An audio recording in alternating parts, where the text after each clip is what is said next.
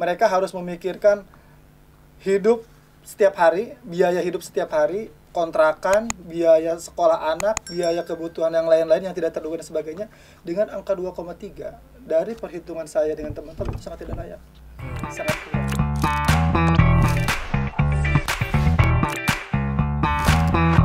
Sahabat, setiap warga negara di negeri ini dijamin oleh konstitusi untuk bisa hidup layak dan hidup nyaman dengan mendapat pekerjaan yang diinginkan atau sesuai dengan kemampuan dari masing-masing warga negaranya. Jika Anda setuju dengan pernyataan itu, maka Anda bagian dari diskusi ini. Mari kita simak perbincangan ini, dan sudah hadir Kang Taufik Hidayat. Siap. Dari Forum Pegawai Non-PNS Non-Kategori. Apa kabar, Kang? Alhamdulillah sehat. Assalamualaikum warahmatullahi wabarakatuh. Jadi FPNBK NK ini apa? Ya, sebelumnya izin memperkenalkan ya. Saya ini Taufik Hidayat ya, dari Ketua Umum Forum Pegawai Non-PNS Non-Kategori Provinsi Banten. Jadi FPNPBNK ini adalah sebuah organisasi yang menaungi seluruh pegawai honorer non-kategori yang ada di Provinsi Banten, yang kurang lebih menaungi 43 OPD yang ada di provinsi. Nah, jumlah kita itu Pak sekitar ada kurang lebih 6.000 sampai 7.000 pegawai non-kategori. Nah, berangkat dari situ keprihatinan kami dari forum ini membentuk di tahun 2017 awal itu di bawah kepemimpinan Bung Rangga Husada. Waktu itu beliau 2017 sampai 2021 beliau menjabat selama 5 tahun. Dan ini adalah kepemimpinan kedua, periode kedua di bawah kepemimpinan saya. Untuk forum pegawai ini kita konsen Pak untuk perjuangan di kesejahteraan dan status hukum. Oke, Kang. Jadi Forum Pegawai Non-PNS Non-Kategori ini adalah pegawai honorer yang bekerja di lingkungan pemerintahan Provinsi Banten. Jumlahnya 6.000 sampai 7.000. Kalau jumlah PNS-nya sendiri ada berapa, Kang? Kalau jumlah PNS di provinsi saya rasa kurang begitu ini ya. Terkait penambahan yang terbaru ini kita juga belum mengetahui jumlah detailnya untuk PNS di kita. Seperti itu. Oke.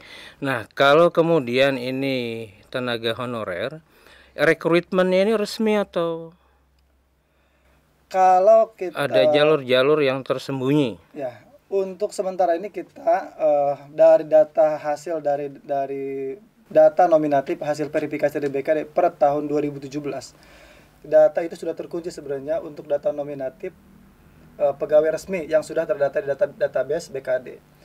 Namun terlepas dari itu, kebanyakan memang dulu itu masuk itu ada yang lewat pimpinan, ada yang lewat orang-orang tertentu loh yang bisa masuk ke instansi-instansi tanpa memang melalui jalur seleksi. Cuman makin kesini kita untuk perekrutan pegawai ini kita ingin ada di stop dulu lah, tidak ada penambahan untuk pegawai honorer. Karena apa? Jumlah pegawai yang ada sekarang saja itu statusnya tidak jelas. Kita masih honor gitu. Nah, ketika tenaga honorer masuk di lingkungan pemerintahan, perjanjian apa yang dibuat, Kang? Ya, untuk perjanjian itu kita hanya kontrak selama 1 tahun, kita menerima upah dari si pemberi upah. Setiap tahun diperpanjang? Setiap tahun diperpanjang, kita diperbarui oleh kepala dinas atau kepala OPD masing-masing. Tapi kita untuk anggaran biayanya, sumber gajinya itu kita dari APBD, APBD provinsi gitu, bukan dari kegiatan lagi. Dalam perjanjian 1 tahun itu, atau ada perjanjian tertulis bahwa honorer ini pasti akan jadi PNS? Nah, dalam kontrak itu ada memang klausul yang tidak menuntut untuk jadi PNS. Cuman itu menjadi hal yang tidak manusiawi bagi kami, karena memang kami bekerja di instansi pemerintah itu kita ingin ada status yang jelas. Kita menginginkan hak kita untuk diangkat PNS. Karena apa? Hal itu juga bertabrakan Pak dengan PP 49 bahwa di PP 49 itu untuk pegawai pemerintah honorer itu memang tidak disebutkan untuk honorer saja, sehingga honor ini tidak jelas status hukumnya, apakah dia bisa diangkat otomatis atau tidak. Sedangkan pada kategori 1 dulu di tahun 2014 ke sana itu ada pengangkatan untuk honorer kategori 1, kategori 2. Sedangkan kita sampai sekarang itu belum ada seperti itu. Oke, apa yang membedakan kok bisa kategori K1 sama K2 bisa diangkat sementara yang ini enggak? Ya. Informasi apa yang Kang Taufik dapatkan? Ya, karena untuk kategori 1, kategori 2 itu dengan alasan dari pemerintah itu untuk menyelesaikan permasalahan honorer, maka disebut kategori 1, kategori 2 itu mereka yang bekerja di tahun 2005 ke bawah, yang masa kerjanya sudah lama gitu. Nah, dari tahun 2005 ke atas kita disebut sebagai non kategori yang tidak masuk ke dalam database pemerintah, yang tidak menjadi prioritas lah, tidak jadi prioritas untuk diangkat menjadi CPNS seperti itu. Kang, ada satu yang saya garis bawahi. Ada klausul ketika perjanjian honorer diterima di Pemprov tidak berharap untuk menjadi PNS. Nah, bagaimana menjembatani harapannya dari sisi hukum, ada nggak? Nah, dari sisi hukum, saya selaku ketua umum ini sudah menjembatani rekan-rekan. Kita sudah berupaya Pak, kita ke BKD, ke Pasek, dan sudah berkomunikasi dengan Komisi 1 pun sudah berkomunikasi. Bahkan terakhir kami itu berkomunikasi dengan Kemenpan dan Komisi 2 DPR RI. Ada angin segar memang, upaya-upaya yang kami lakukan ini direvisi. Informasi kemarin yang kami terima ya, direvisi Undang-Undang ASN tahun 2014 itu sudah muncul draft, bisa dilihat di website DPR RI Komisi 2. Di situ disebutkan bahwa di pasal 131 huruf A, kalau salah huruf A ya, bahwa untuk pegawai honorer yang sudah bekerja secara terus-menerus dan di SK-kan ya, dan bekerja per 15 Januari 2014 itu bisa diangkat secara otomatis, diangkat menjadi CPNS. Undang-undang apa tadi, Kang? Undang-undang ASN 2014. Undang-undang ASN. Itu baru draft revisi. Dan itu kemarin kita baru bertemu dengan Komisi 2 dengan staf ahli dan sebagainya, dan itu bisa dilihat di websitenya DPR RI, Pak. Sudah ada. Sudah berlaku berarti. Baru draft. Draft.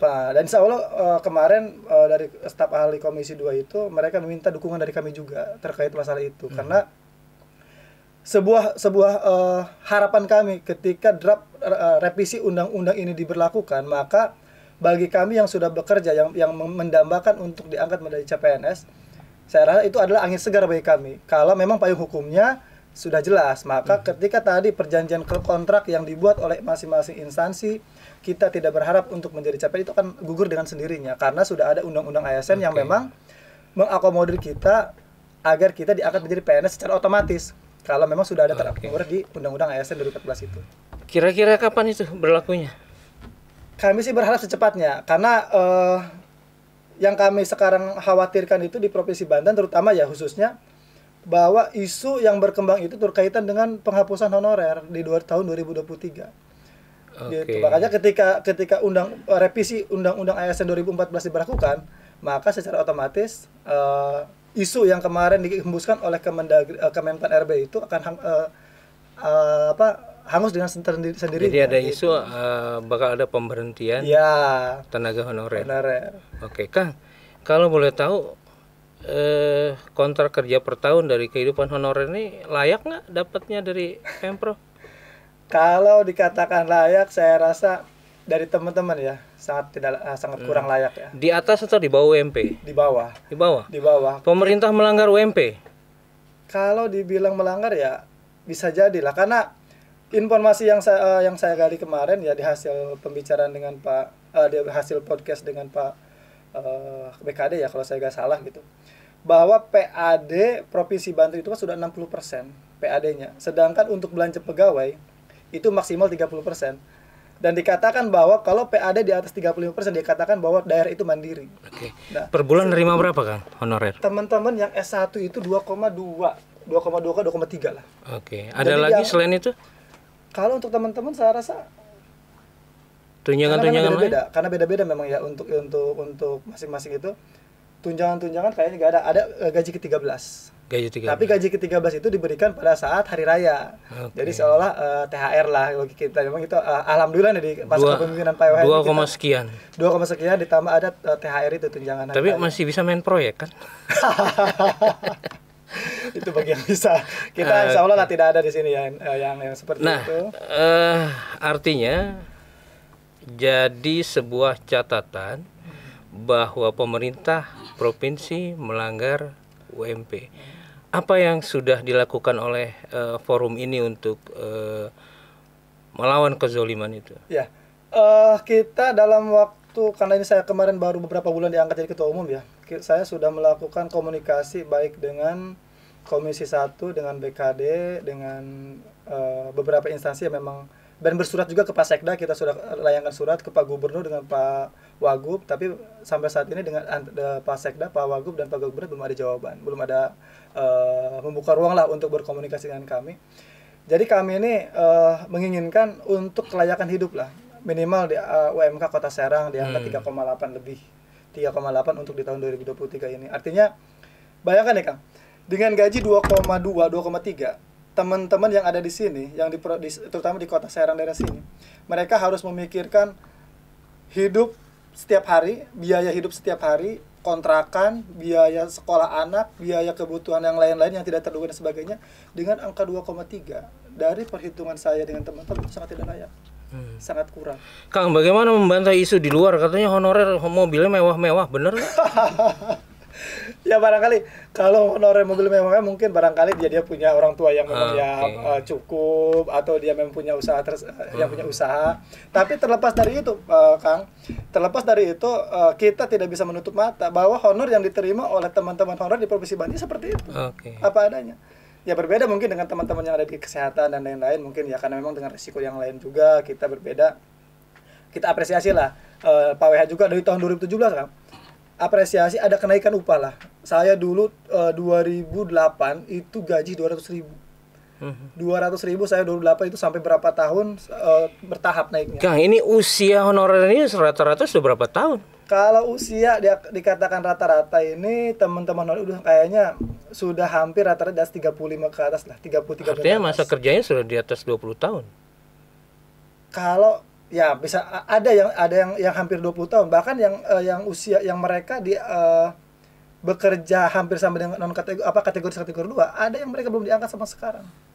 Ada yang belum diangkat. Bahkan makanya sebagai contoh saya sendiri, saya sudah 14 tahun. Saya sudah 14 tahun mengabdi di Rumah Sakit Malingping, di sana di daerah selatan.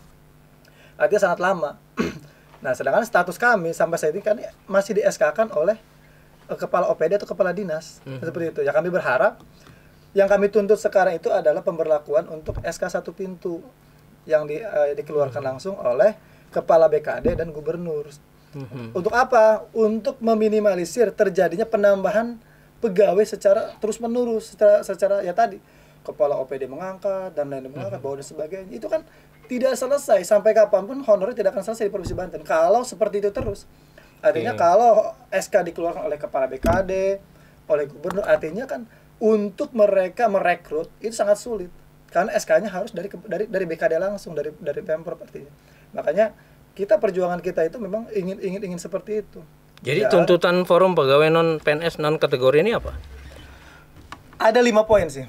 Ada 5 poin tuntutan kita itu untuk hak status dan kesejahteraan. Yang pertama adalah terkait isu penghapusan. Itu kita kemarin sudah terjawab bahwa itu belum ada kejelasan. Yang kedua adalah terkait formasi P3K dan CPNS. Memang dikatakan dalam SK itu kita tidak menuntut untuk diangkat CPNS dan P3K. Artinya sangat bohong lah. Kita juga bekerja di instansi itu, kita sangat menuntut status yang jelas untuk kesejahteraan anak cucu kita juga kan, untuk keluarga kita. Artinya ini perjuangan kita Pak.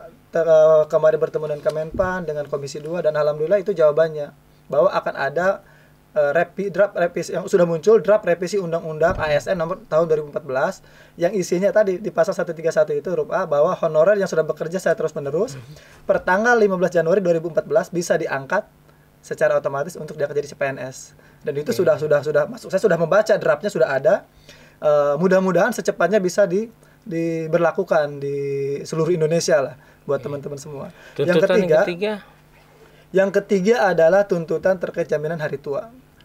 Nah, jaminan hari tua kenapa kita konsen di situ? Karena memang Pak, untuk honor ini tidak ada jaminan, Pak. ketika mereka pensiun, selesai bekerja, apalagi yang sudah tua-tua, bayangkan mereka bekerja tanpa punya skill, tanpa ekonomi yang cukup, ya kan? Morat-marit lah istilahnya gaji aja cukup tutup lubang gali lubang untuk sehari-hari. Bayangkan ketika mereka pensiun, tidak ada jaminan hari tua yang mereka miliki, itu mereka mau dari mana, Pak? Sedangkan pesangon saja kita belum jelas dapat pesangon. Itu kasihan, Pak. Itu yang kami pikirkan, kami perjuangkan bagaimana teman-teman yang memasuki masa purna bakti, masa usia tua, mereka punya simpanan ketika mereka pensiun.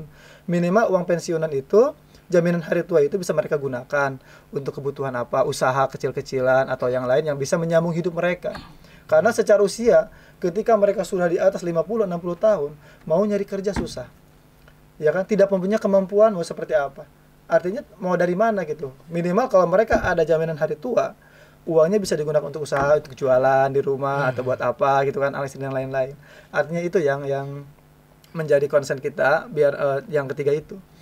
Nah, yang keempat adalah terkait kenaikan upah. Ya tadi kembali lagi ke tadi di bawah UMK itu.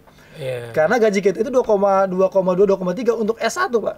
Untuk S1, untuk teman-teman yang di luar kesehatan lah, di luar rumah sakit. Artinya teman-teman ini sangat mendambakan untuk upah yang layak. Tadi ketika kita tanya, diskusi dengan teman-teman, ini sebenarnya permasalahannya ketika teman-teman ingin naik gaji itu apa? Ya tadi kita untuk sehari-hari, bayar kontrakan, bayar untuk anak sekolah, untuk biaya sehari-hari. Perlu nggak refocusing tukin buat para? Ini adalah salah satu sebenarnya krisis tuh setuju aja ya. Karena perlu akan tahu nih ya. Silahkan cek. Bahkan dengan Komisi 2 dengan DPR juga kita sudah berhadapan, dengan BKD sudah berhadapan, sudah ngobrol. Ujung tombak di masing-masing OPD, Kang, itu yang bekerja itu rata-rata honorer. Rata-rata honorer. Terus yang bekerja. Kepala OPD-nya pelit atau baik? Tergantung lah. Ya tergantung. Artinya tergantung dari OPD ya. Artinya ada yang memang mendukung teman-teman honorer, ada yang memang katanya yang ya susah dan sebagainya, itu tergantung lah kembali ke komunikasi teman-teman di sana. Artinya saya kembali lagi berkaitan dengan kesejahteraan itu. Kenapa kita menuntut untuk ada kenaikan itu? Minimal kita sejahtera. Kita hanya ada gaji dan THR itu juga di akhir tahun, Pak, di pas pada saat lebaran. Dengan mengandalkan hanya gaji per bulan untuk mencukupi kehidupan kita, mencukupi kehidupan kita selama sebulan penuh sambil nunggu lagi gajian, itu sangat tidak cukup, Pak. Sepertinya Pemprov menganggap honorernya ahli ibadah. Jadi gemar berpuasa dan dianggap wajar lah gaji segitu. Ya jadi makanya apakah ini ya mungkin ya teman-teman ya mungkin selama ini ya anggaplah ibadah sementara ini. Tapi kami juga tidak menutup mata, Pak, kami sebagai honorer, saya juga sebagai ketua umum akan memperjuangkan hal itu. Dan mudah-mudahan didengar oleh Pak Gubernur selaku pemangku kebijakan dan tim-tim TAPD di sana agar merekomendasikan kami. Ya tadi kembali lagi, Pak, ke pendapatan asli daerah Provinsi Banten itu udah 60%. Sedangkan belanja pegawai baru 18%. Valid datanya itu? Itu ada di podcast Pak Kepala BKD kalau saya berbicara di Kepala BKD yang bicara itu? Kepala BKD kalau saya berbicara di podcast beliau berbicara seperti itu. Artinya itu belanja pegawai baru 18%, sedangkan maksimal 30%. Dan dikatakan kalau daerah memiliki PAD di atas 35% itu sudah dikatakan mandiri, Pak. Sudah mandiri. Sedangkan PNS sudah ada tukin, tunjangan dan lain-lain sebagainya, uang beras dan lain-lain kan. Pendapatan lainnya banyak lah. Sedangkan dalam bekerja, silakan Bapak cek ke lokasi, ke lapangan, yang bekerja itu rata-rata honorer. PNS-nya tidur bahkan semua. Beban kerja kami, Pak, sangat luar biasa. Kalau artinya PNS-nya tidur, main ke mall atau gimana? Juga. Artinya juga mereka juga bekerja, cuman menurut teman-teman sih, menurut informasi dari teman-teman, ya kebanyakan ya mereka beban kerjanya yang sangat luar biasa, Pak. Yang sangat luar biasa beban kerja mereka ini. Makanya mudah-mudahan ini bisa didengar oleh Pak Gubernur, Pak Wakil Gubernur, dan para pemangku kebijakan yang lain. Tolonglah perhatikan kesejahteraan teman-teman honorer. Saya rasa Pak Gubernur juga sempat berbicara, saya rasa untuk APBD pernah dulu berbicara bahwa Banten ini cukup sebenarnya. Ya cukup, cuman ya tadi ya entah seperti apa kita juga nggak tahu, karena memang yang memiliki kebijakan adalah mereka-mereka ini yang memiliki kebijakan. Makanya kami selalu dorong, Pak, setiap tahun kita ada kenaikan dari tahun 2017. Itu kata Gubernur? Ya sempat seperti itu. Ada prakteknya nggak? Ada buktinya nggak? Alhamdulillah kalau Ada Pak Gubernur buktinya. sudah mempraktekkan itu. Dan katakan dari saya 2008 gaji 200.000 Pak satu bulan. Dulu tidak cukup buat apa sih makan 200.000 sebulan. 2017 sejak beliau menjabat dan Pak WH dan Pak Andika itu alhamdulillah kita diakomodir, ada kenaikan 1 juta. Terus 2 juta, sekarang ada 175 dan sebagainya. Sampai sekarang alhamdulillah di angka 2,3. Itu dibayar tiap bulan on time atau Tiap bulan, harusnya telat? setiap awal bulan. Harusnya di Domlak itu kita harusnya di awal bulan karena kita gajiannya seperti PNS, Pak. Jadi gajian dulu. Realisasinya di akhir atau baru. di tengah? Kalau di saya di Rumah Sakit Malingping alhamdulillah kita di awal bulan. Di awal bulan, setiap awal bulan itu kita gaji. Karena itu salah satu perjuangan kami juga. Karena kalau dulu Pak, kita suruh bekerja dulu baru digaji. Tapi kalau sekarang gajian dulu baru bekerja. Nah, entah nih di teman-teman yang lain apakah sama dengan yang di Rumah Sakit Malingping seperti apa? Karena kalau saya Sepengetahuan Kang Taufik, ada yang dikasih per 3 bulan atau per 7 bulan nggak? enggak, kalau sampai saat itu saya belum ada laporan lah untuk itu. Yang jelas paling ada keterlambatan atau apa gitu kan ya. Yang jelas per bulan. Kecuali nggak tahu kalau daerah-daerah lain ya. Kalau di Provinsi Banten saya rasa per bulan. Paling biasanya kalau telat biasanya itu di awal tahun. Karena kan berkaitan dengan penetapan anggaran DPA itu. Biasanya kalaupun telat pertengahan bulan, kalau nggak lewat bulan lah. Itu sudah biasa karena memang sering terlambat penetapan DPA itu, penetapan anggaran. Oke, kembali ke tuntutan kelimanya apa? Yang kelima itu berkaitan tadi yang SK 1 pintu, yang terakhir itu SK 1 pintu kami tadi konsen kami itu ingin agar honorer di Provinsi Banten tidak selalu bertambah, Pak.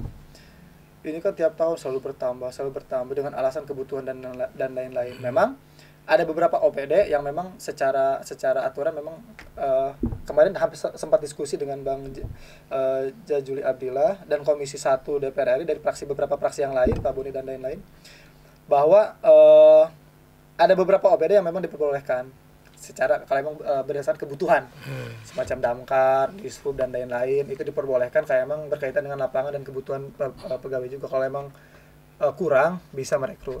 Cuman kan tadi untuk meminimalisir itu, SK 1 pintu kenapa kita ingin diberlakukan?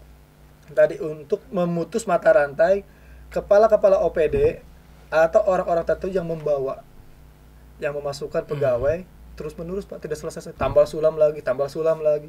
Sehingga selalu bertambah. Selalu bertambah. Iya, selalu bertambah. Makanya pintunya dari mana? Eselon 1, eselon 2? Ya Allah alam lah kita yang kalau yang merekrut dan sebagainya kita tidak tahu ya. Artinya fenomena itu memang jelas ada. Sempat kan kemarin rame atau banyak titipan dari dewan?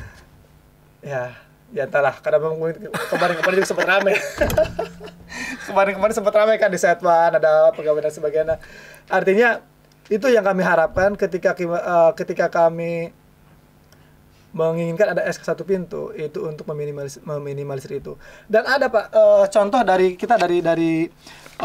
Bupati Katingan ya. Ini beliau dari Bupati Katingan dari Kalimantan Tengah. Ini dia membuat peraturan bupati dan SK-nya itu dari bupati langsung. Itu tentang perubahan peraturan Bupati Katingan nomor 59 tahun 2016 tentang pengangkatan, pemindahan, pemberhentian serta disiplin pegawai harian lepas, honorer, perjanjian kerja di lingkungan pemerintah Kabupaten Katingan. Artinya daerah lain saja bisa, Pak. Okay. Itu sudah ada undang-undangnya, undang-undang ASN, undang-undang keperawatan, undang-undang kepegawaian dan sebagainya, peraturan PP dan lain-lain. Tinggal hanya melampirkan peraturan daerahnya, peraturan gubernur. Oke, perjuangan tuntutan ini sudah sampai di mana? Apakah juga akan masuk ke ranah hukum? Kalau ke ranah hukum kita belum. Kita baru sebatas audiensi, konsolidasi dengan para pemangku kebijakan, dan kita sudah kemarin ke Komisi 1 dengan Pak Asep, dengan Pak Jajuli Abdillah dan kawan-kawan dari fraksi di Komisi 1. Kemarin kita sudah difasilitasi beliau-beliau ini ke Kemenpan. Menanyakan berkaitan dengan isu penghapusan dan formasi P3K. Dengan BKD juga kemarin diwakili Pak Lutfi, Pak Sekban dan Pak Aan yang kebetulan ke sana dengan teman-teman kemarin 4 orang dari honorer. Kita baru sebatas itu dan isu-isu itu belum terjawab. Belum terjawab. Belum. Kalau gitu, ini sekalian masuk ke closing statement. Ancaman apa yang mau diberikan kepada Pemprov kalau ini tidak dipenuhi? Ya, saya rasa Pemprov harus berpikir manusiawi ya, berpikir secara bijak, melihat jangan menutup mata bahwa teman-teman honorer di Banten ini mereka yang menjadi ujung tombak berjalannya roda pemerintah di Provinsi Banten. Bayangkan Pak, dengan guru 10.000, dengan pegawai non guru sekitar 7.000. Itu sangat luar biasa jumlahnya di Provinsi Banten. Dan roda pemerintahan Provinsi Banten berjalan Pak. Kami bekerja untuk Provinsi Banten, memberikan yang terbaik. Kami hanya tahu bekerja, dan feedbacknya yang kami harapkan adalah perlakuan yang adil lah dari Pemprov yang tadi pendapatan, status yang jelas dan lain-lain. Tolong diperhatikan juga kan. Kalau nggak diperhatikan gimana? Apa yang akan dilakukan? Kalau diperhatikan ya memang ini menjelang menjelang masa berakhirnya masa jabatan Pak W. Andika juga ya di bulan Mei besok. Yang rencana kami sih kemungkinan kami akan melakukan aksi damai menuntut untuk Pemprov Banten mengambil sikap berkaitan dengan status kami ini yang memang kami perjuangkan Pak dari tahun-tahun sebelum, dari tahun 17. Artinya akan ada demo? Kemungkinan kalau memang secara kita audiensi kita tidak ada solusi karena kita sudah berkali-kali bersurat, tidak ada jawaban, tidak pernah bertemu dengan kami. Seluruh pegawai honorer di Banten? Insya Allah. Titiknya di mana? Kumpulnya? KP3B? Insya Allah kita mungkin untuk titik kita di KP3B. Tapi itu adalah akhir. Itu adalah jurus akhir, artinya solusi terakhir yang kami akan lakukan. Tentu saja sebelum 12 Mei harus. Kalau bisa sebelum Pak W.H. Andika selesai masa jabatan. Artinya ada kenang-kenangan buat kami para honorer, kebijakan yang berpihak kepada kami, kepada para honorer yang ada di Banten. Seperti itu. Kang, sahabat, tidak ada anak buah yang salah dan selalu jenderal yang salah. Assalamualaikum warahmatullahi wabarakatuh. Waalaikumsalam.